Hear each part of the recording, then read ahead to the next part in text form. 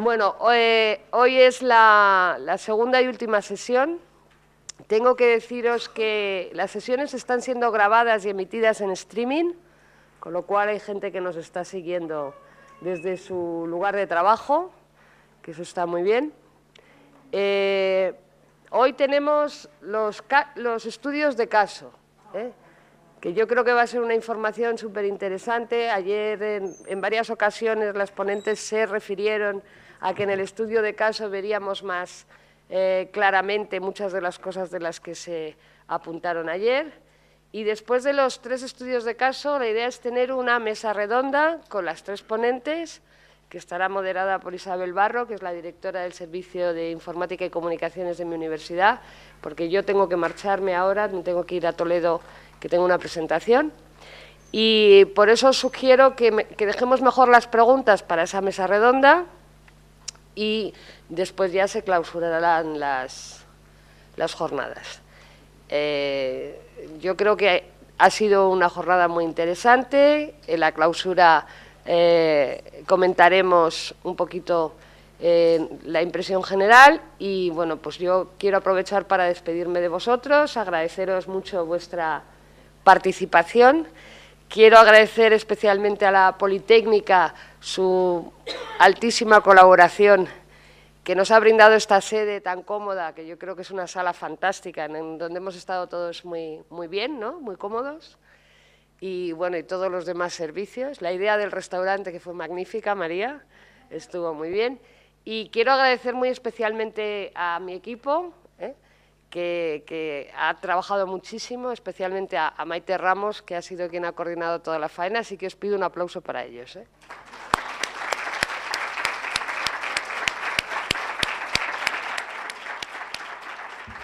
Y sin más, vamos a empezar el estudio de casos con Maxine, que nos va a hablar del caso de la Liverpool John Moores University, que es muy interesante. Gracias.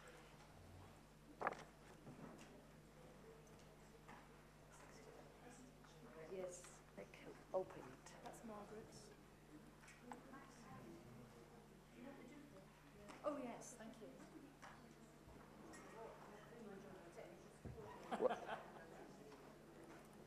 That's you, no? Yes, that's it. Thank you very much. You take it that you don't. Plug in the USB, please. Thank you very much. Bueno, have a nice day and a good trip. Thank you. You're taking me forward. Go back again. Sorry, I was just checking it's working. Excellent. Thank you very much. See you next year.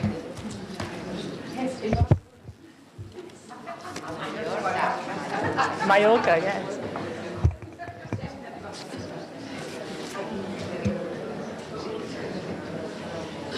Buenos días. Can you hear me if I stand here? ¿Escuchan bien si hablo aquí? Buenos días a todos. Y quiero empezar diciendo, tanto en mi nombre como en nombre de Jane y en nombre de Margaret, quiero decir gracias por la hospitalidad. Nos hemos divertido, hemos estado muy interesadas en lo que hemos hecho y volveremos, lo queráis o no. Hoy vamos a hablar de la aplicación práctica de la superconvergencia en las 3 instituciones que representamos. Yo me siento muy esquizofrénica esta mañana. Estoy hablando aquí sobre la Universidad de Liverpool John Moores utilizando diapositivas de la Universidad de Gloucestershire.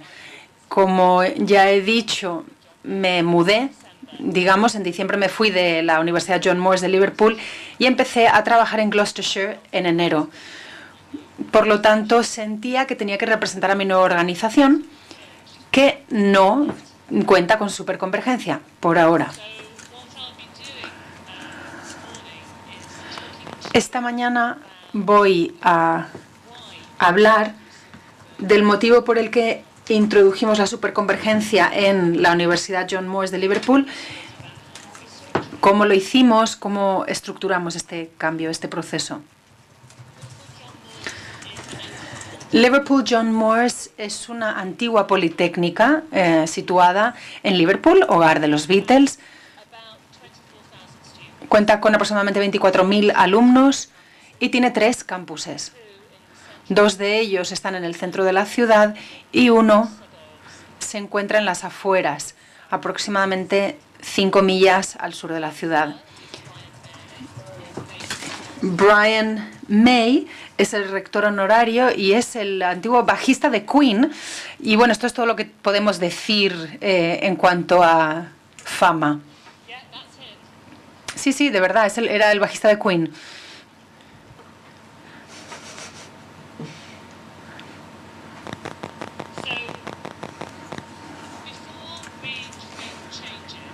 Antes de que introdujéramos cambios,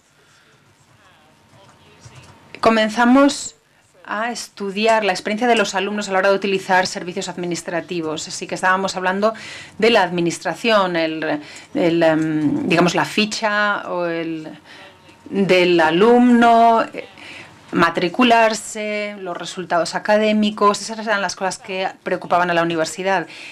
Y nos parecía que la experiencia de los alumnos en estos aspectos no era buena. Antes de los cambios, teníamos 3 bibliotecas, cada una en su campus. Teníamos, biblioteca, lo que nosotros llamábamos un centro de recursos para el aprendizaje en cada uno de los 3 campuses, que estaban abiertas 24 horas al día durante el periodo lectivo. Es decir, que durante las vacaciones cerraban a las 9 de la noche, pero durante las fechas lectivas estaban abiertas 24 horas al día. Justo al lado de cada biblioteca había un centro para los estudiantes donde podían entregar trabajos, podían apuntarse para módulos o cursos y podían también resolver cuestiones financieras que tuvieran pendientes, así como tener acceso a servicios de asesoría y apoyo. Con lo cual, los estudiantes solamente tenían que moverse entre estos 2 edificios para resolver sus cuestiones. Teníamos otro edificio en el centro de Liverpool que se ocupaba de la orientación profesional y después teníamos 21 oficinas de diferentes escuelas o facultades. Todas tenían horarios diferentes y tenían registros diferentes. Ninguna de estas oficinas confiaba en unos registros centrales. Y muchas veces estaban ofreciendo servicios similares a los del centro de estudiantes y otras veces iguales. La diferencia fundamental es que estas oficinas se ocupaban fundamentalmente del programa académico que estuviera siguiendo cada estudiante. Los estudiantes eran derivados de uno a otro de todos estos sitios. El centro de estudiantes junto a la biblioteca a veces se cerraba antes que la biblioteca no estaba abierto 24 horas al día. Entonces a veces los estudiantes entraban en la biblioteca para entregar sus trabajos porque no sabían dónde hacerlo si no, con lo cual había mucho movimiento, mucho tráfico entre estos diferentes sitios. Después de la implantación de los cambios, esta lista de servicios se redujo a 3 centros, cada uno basado en uno de los campuses, abiertos 24 horas al día, 7 días a la semana. Yo era bibliotecaria y también estaba a cargo de los servicios informáticos y se me encomendó realizar este cambio. En ese momento no se estaba pensando cambiar de ningún modo el servicio bibliotecario, pero cuando la persona que vino a investigar la experiencia de los estudiantes me entrevistó,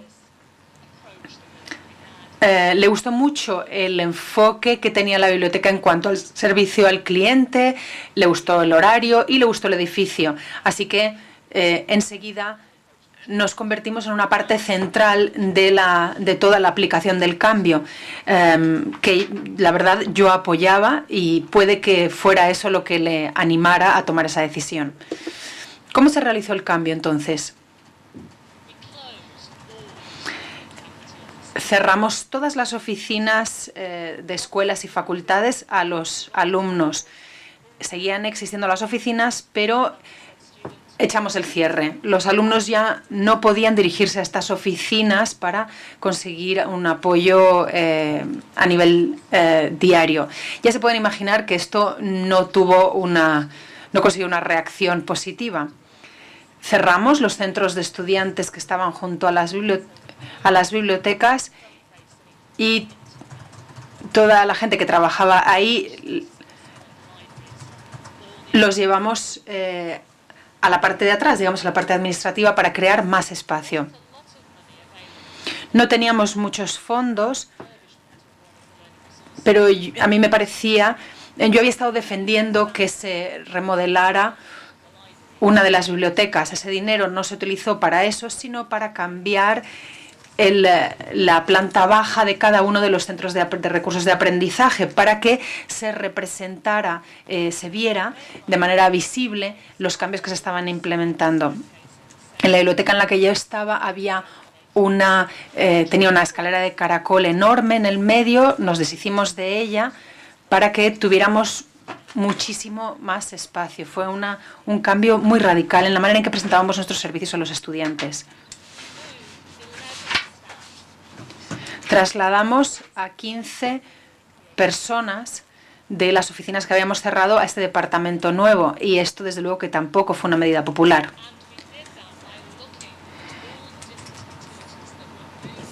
Y tomamos nuestras decisiones dependiendo de los servicios que queríamos trasladar y las personas que estaban a cargo de estos servicios. Desde luego que había muchas más de 11 personas, pero ese fue el número máximo que pude conseguir. Cambios radicales entonces para la universidad. Ya se pueden imaginar, os podéis imaginar la cantidad de sesiones que dediqué a hablar al personal de la facultad, con decanos, tranquilizándoles sobre lo que queríamos hacer. Porque a las facultades, en ese momento, esto les parecía que se les estaba quitando poder y control. Y fue una introducción bastante radical de introducir la superconvergencia. El motivo era que la información que las facultades y las escuelas estaban facilitando a los estudiantes muchas veces no era precisa y no era de ayuda. Así que queríamos terminar con eso y empezar de nuevo. Ayer, en respuesta a algunas de las preguntas, hablé sobre el programa de cambio de gestión que introdujimos, en el que dedicamos, o al que dedicamos mucho tiempo.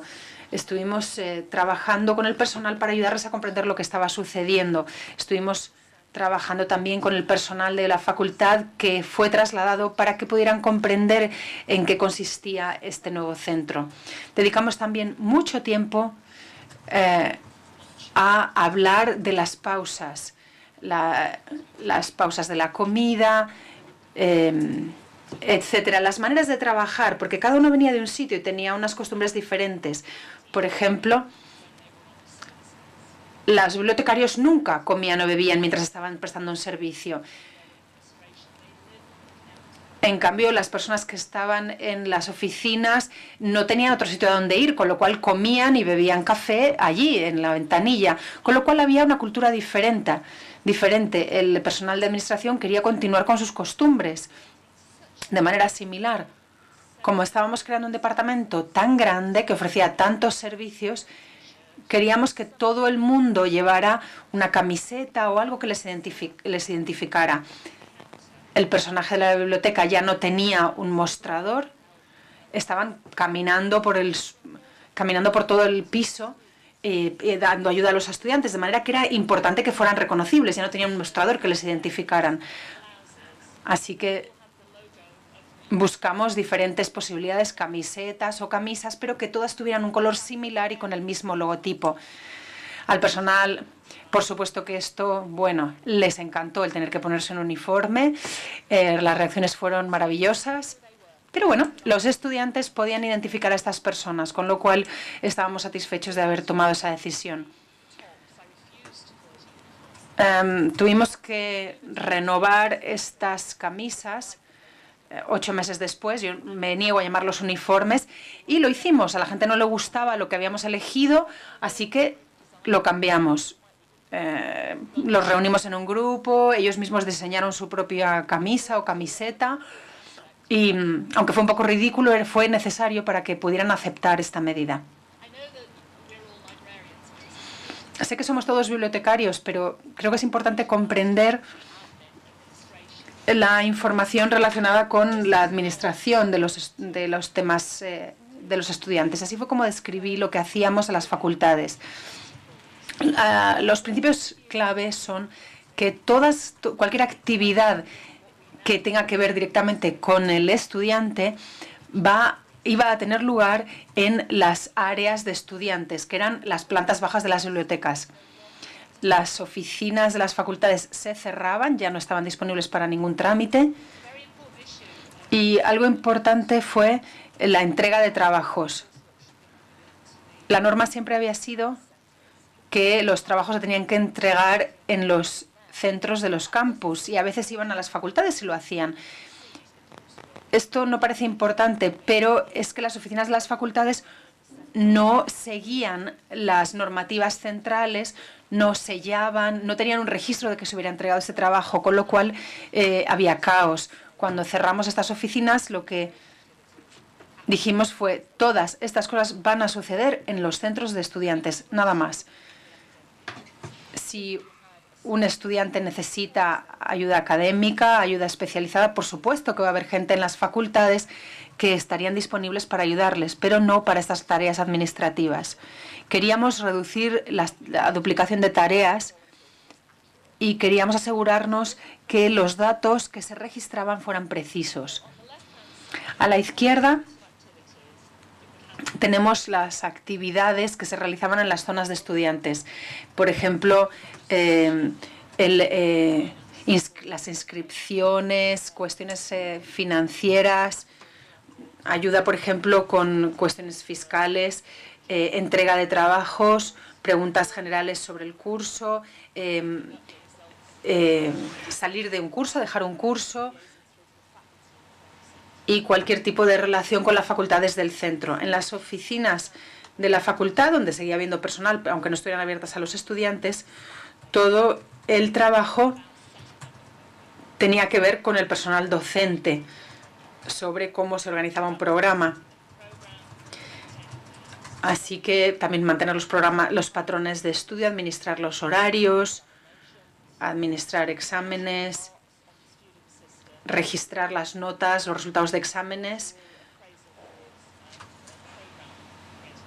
y también juntas de evaluación de exámenes o cursos. Y también la comunicación con la zona de estudiantes. Así que la clave es esta flecha que hay en el medio, la comunicación entre el centro de los estudiantes y las facultades, que tenía que ser muy buena. Este es el diagrama que nos ayudaba a comprender el funcionamiento de los nuevos centros para estudiantes. Y aquí vemos las facultades que están, las flechas que van de las facultades a los centros. La planta baja de la biblioteca ya no tenía libros, no era biblioteca como tal, sino que era una zona con un mostrador de bienvenida, con personal que eran antiguos bibliotecarios. Como ya he dicho ayer, el personal de la biblioteca comprendía muy bien la estructura de la universidad, comprendía muy bien cómo funcionaba todo. Así que fueron estas personas las que se dedicaban a recibir a la gente en este mostrador. Daban un servicio, digamos, de recepción, y después derivaban a los estudiantes a los demás servicios más especializados a través de citas o derivaciones al resto de las zonas. Habíamos desarrollado lo que llamábamos aprendizaje social, que eran butacas cómodas y muebles con ruedas que se podían mover, máquinas de café, zonas en las que se podía enchufar un ordenador y donde se podían utilizar recursos tecnológicos para, por ejemplo, probar una presentación, de manera que se fomentaba el trabajo en grupo. Todo eso seguía estando en la planta baja.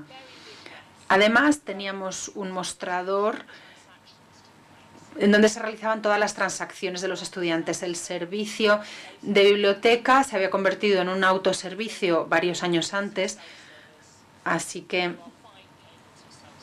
tanto el sacar libros como el pagar multas se hacía como autoservicio, aunque el personal administrativo tuviera que realizar trabajo y papeleo, así que tenían su propio mostrador para esto.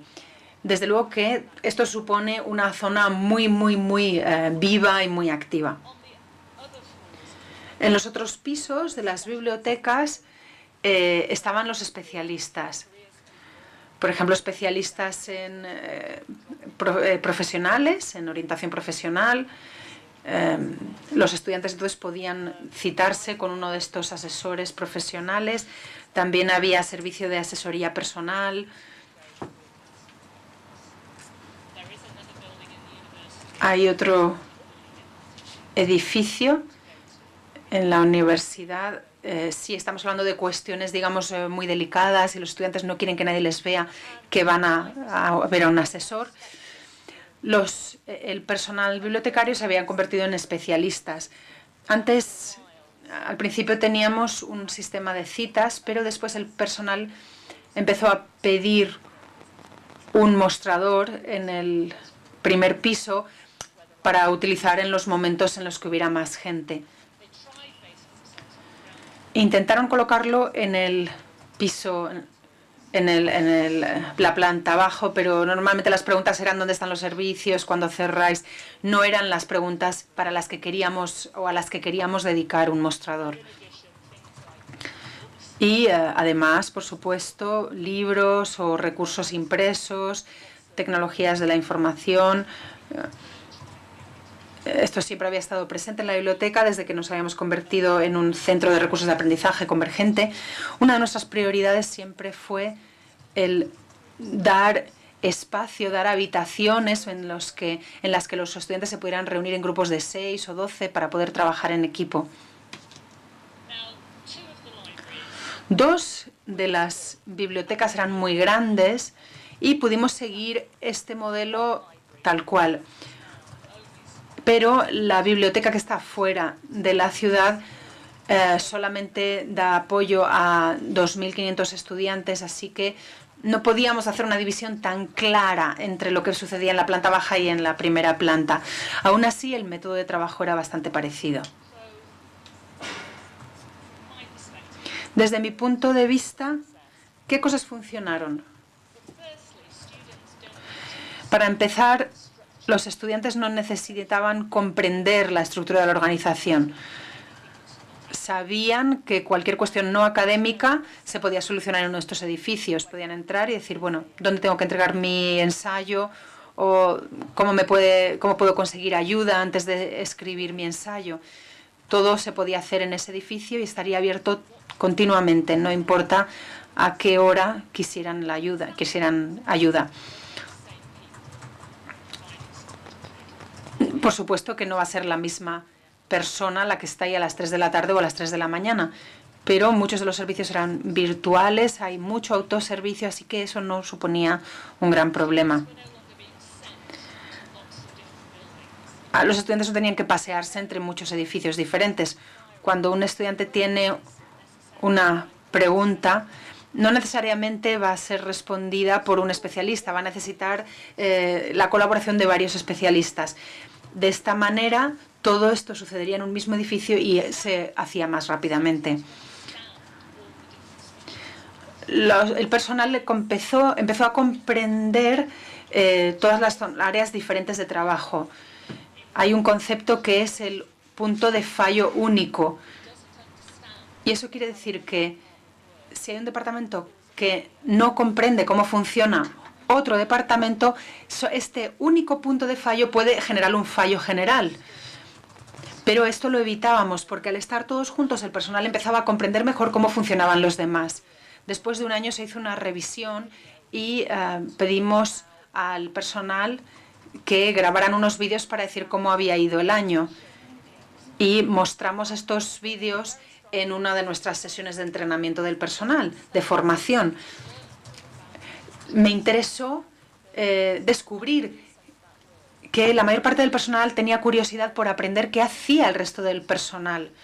Querían también recepcionar trabajos o querían también poder introducir las notas de los estudiantes en el sistema, porque se sentían avergonzados de no saber hacerlo si un estudiante se lo pedía. Querían poder ayudarles con temas informáticos o por lo menos saber dirigirlos en la dirección adecuada. Así que identificamos habilidades que todo el mundo podía comprender y luego diferenciamos las habilidades especializadas que no íbamos a esperar que todo el mundo pudiera utilizar. Habiendo dicho que los datos eran importantes, empezamos a trabajar con la coherencia de los datos, y no voy a decir que esto ya lo hayamos conseguido.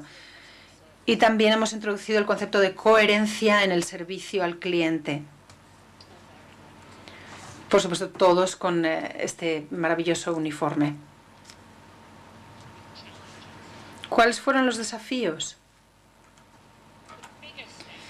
El peligro mayor fue la derivación al personal académico. Alguien llega al centro de recursos de aprendizaje y dice, quiero dejar el programa en el que estoy. La primera conversación debería ser con un miembro del personal docente, hablando sobre cuál es el problema. Es que no comprendes el programa, necesitas apoyo en la facultad, quieres a lo mejor cambiar a otro programa que se adapta más a lo que estás buscando. El miembro del personal docente tenía que asegurarse de que el estudiante hablara, la persona que la atendiera tenía que derivarlo a un miembro del personal docente. Este miembro del personal docente habla con el estudiante diciéndole estas cosas que ya he dicho y le pide que rellene un formulario y para que eso quede registrado, igual que cerradas las cuestiones económicas. Pero si eso no pasa, esa derivación no acaba de funcionar.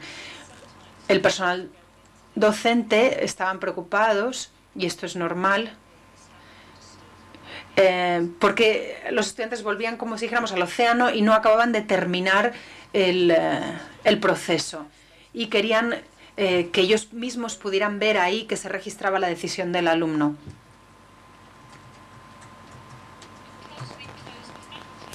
Al cerrar las oficinas de las facultades, y los estudiantes normalmente se movían por los edificios de las facultades, no siempre encontraban a alguien que les orientara en la dirección adecuada. Después de un año de funcionamiento, nos replanteamos el tipo de apoyo que estábamos dando en los edificios de las facultades. Ayer hablamos de cultura y de diferentes maneras de trabajar, y eso desde luego que fue un problema para nosotros. Personas que venían de asesoría o de orientación profesional, todas trabajando juntas. Y lo que mencioné ayer, el problema de los datos. Tuvimos dificultades a la hora de recoger datos en este servicio tan amplio y tan complejo. Yo me convertí en responsable de este área y tuve una curva de aprendizaje muy empinada en lo que se refiere a mi comprensión de los detalles de parte del trabajo que se estaba realizando. En el Reino Unido, la Junta de Control es una auténtica pesadilla para los estudiantes que vienen de fuera de Europa. Hacer el seguimiento de estos estudiantes es muy complicado y el gobierno cada vez pide más y más información, más y más detalles. Toda la normativa es muy estricta y yo no tenía ni idea de todo esto. Como directora de biblioteca y de servicios informáticos, nunca me había tenido que preocupar de los controles fronterizos ni cosas de ese tipo. Había muchísimas cosas que tuve que aprender.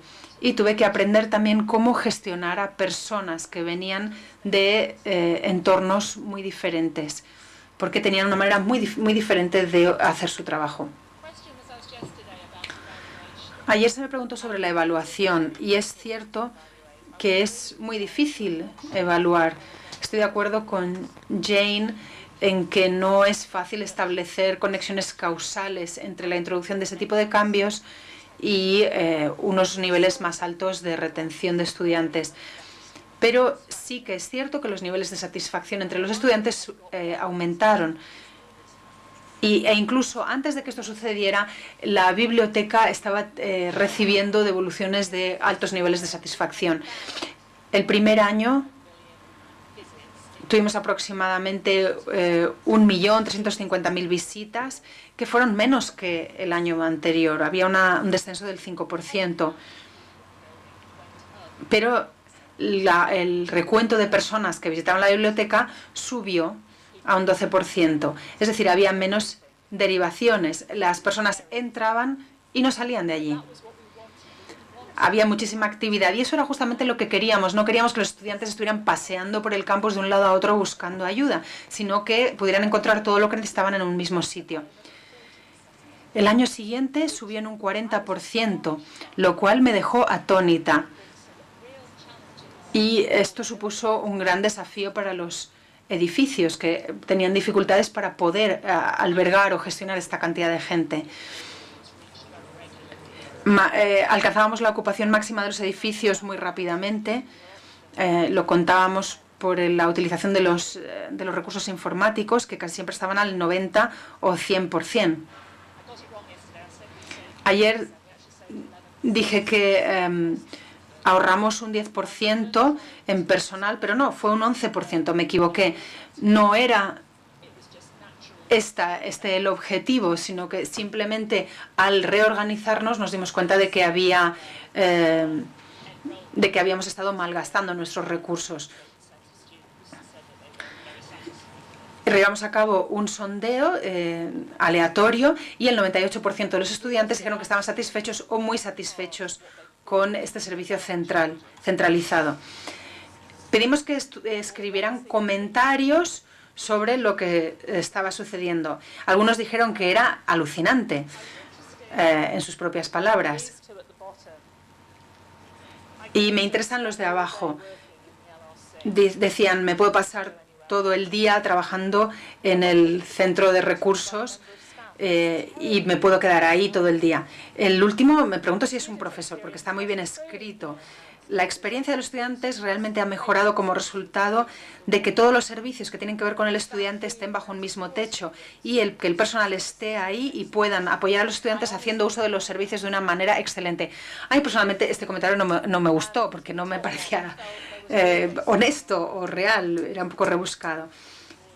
Arriba dice, sentí que siempre había alguien cerca para resolver cualquiera de mis preguntas sobre el curso. Teníamos muchos ordenadores portátiles que los estudiantes podían utilizar. Había un autoservicio, la gente podía coger los portátiles y dejarlos y utilizarlos. Eso fue una medida muy popular. Yo me fui en diciembre. Llegó un nuevo rector que venía de una universidad muy anticuada, de Birmingham, que es una universidad muy centrada en la investigación. Al introducir este cambio no había una secretaría en la universidad, una secretaría de inscripción académica, perdón. Y esto fue lo primero que hizo el nuevo rector, porque si había una secretaría académica, lo que hicieron fue coger la gestión de la administración de los asuntos de los estudiantes y se lo llevaron a esta nueva secretaría académica que habían instaurado. Justo antes de irme estábamos empezando a dar apoyo administrativo en estos edificios. Para mí era muy importante. Durante un año no había habido nada en este sentido. Así que lo que queríamos hacer era encontrar un acuerdo entre las facultades y el centro. Sin embargo, cuando empezaron a hablar de este cambio, el sindicato de estudiantes fueron a hablar con el rector Y dijo, no entendemos esto lo que llamáis gestión en línea, pero sabemos que nos gusta este modelo. Nos gusta que esté todo en un lugar y que se nos presente como una única cosa. Así que, por favor, que no lo cambie. Lo importante es que entonces los recursos siguen en ese centro de aprendizaje. No hay divisiones para los estudiantes. Y el único cambio es que otra persona está encargada de esta gestión en línea. Si se acuerdan del matriz, los distintos modelos de superconvergencia que vimos, bueno, ese es un modelo. Algunos tienen varios líderes, otros tienen un solo líder. No creo que sea el aspecto más importante. Lo importante es ser flexibles, ser capaces de cambiar según cambia el entorno local. Siempre que la presentación al estudiante sea constante, yo creo que eso es lo más importante.